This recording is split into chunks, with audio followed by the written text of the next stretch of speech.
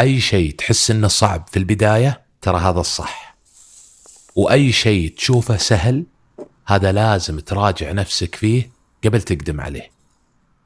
ترى النجاح ما هو سهل، وعمره ما كان سهل ولا راح يكون سهل. لو إنه سهل كان كل الناس بتنجح. عشان كذا طريقك للنجاح ترى بتتعب فيه وبتواجه صعوبات، بس لا تمل ولا تستسلم. وبتطيح في هذا الطريق بس قم، وبترجع تطيح وارجع قم مرة ثانية.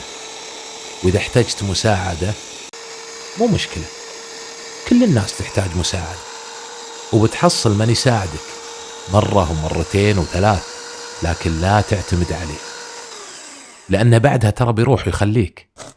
هو ما هو مخصص عمره لك.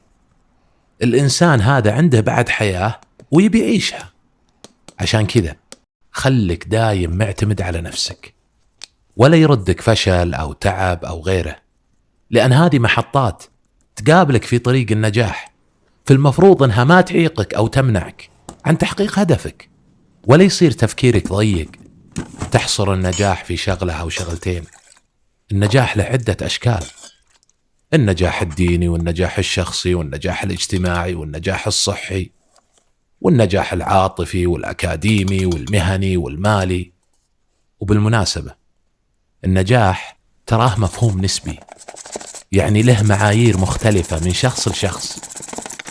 قد يكون من النجاح بالنسبة لك إنك تشتري ساعة من ماركة معينة، بينما هذا الشيء يعتبر تافه عند غيرك.